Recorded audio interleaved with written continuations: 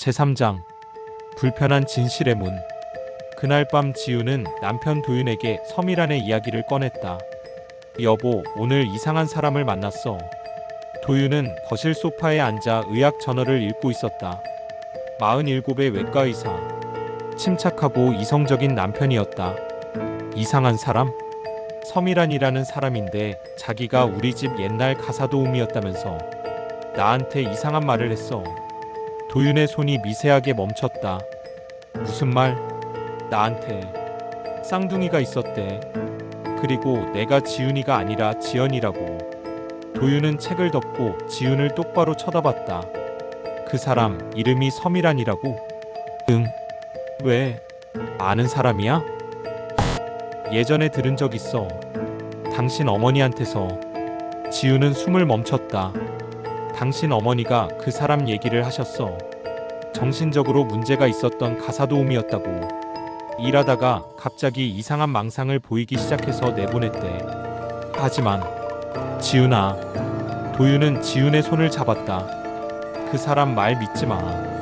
당신은 오지훈이야. 쌍둥이 같은 건 없었어. 하지만 지훈은 확신할 수 없었다. 혈액형은? 사진 속 메모는? 그리고 무엇보다 왜 자신은 6살 이전 기억이 하나도 없는 걸까? 여보, 나 옛날 병원 기록 좀 찾아볼게. 왜?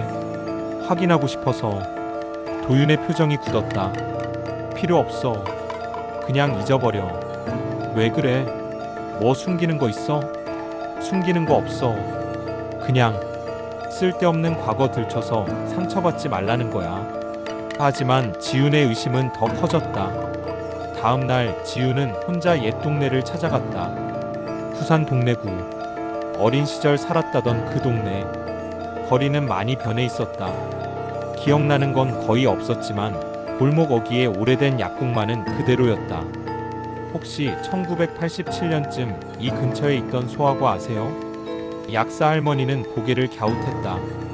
소아과? 아, 동네 아동병원 말하는 거야? 거기 없어진 지 오래됐지. 2005년쯤 문 닫았나? 지금은 뭐가 있어요? 오피스텔 들어섰어.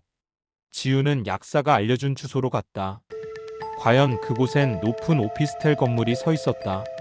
하지만 1층 부동산에서 지우는 예상치 못한 정보를 얻었다. 그 병원 옛날 기록이요? 아, 폐업할 때 시청에 이관됐을 거예요. 개인정보라 열람은 어려울 텐데. 지우는 멈추지 않았다. 며칠간의 끈질긴 요청 끝에 그녀는 1987년 병원 기록 일부를 확인할 수 있었다. 그리고 그 기록에서 충격적인 내용을 발견했다. 환자명 오지연. 생년월일 1982년 3월 5일. 혈액형 AB형. 진단명 급성 폐렴. 입원 기간 1987.8. 10만 1987.9. 20. 생년월일도 혈액형도 자신과 같았다. 하지만 이름은 오지훈이 아니라 오지연이었다. 제4장 붉은 난초의 의미. 지훈은 병원터 근처를 배회하다 작은 꽃집 앞에 멈춰섰다.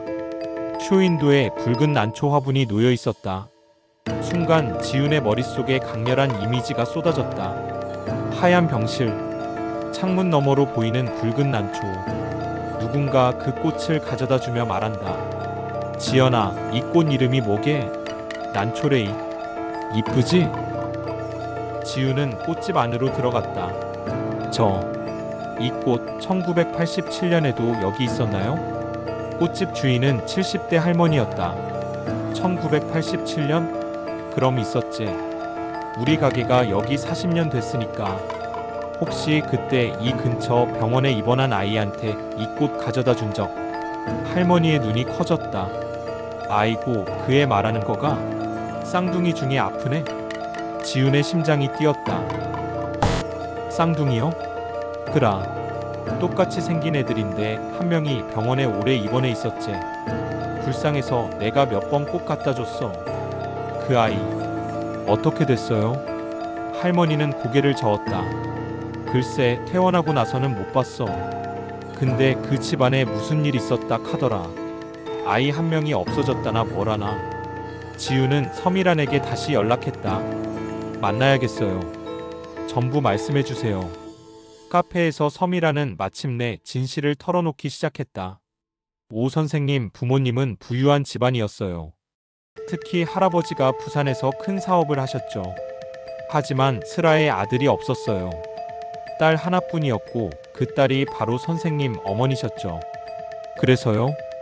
할아버지는 손자를 원했어요. 하지만 선생님 어머니는 딸 쌍둥이를 낳았죠. 지윤이와 지연이를. 지윤은 숨을 죽였다.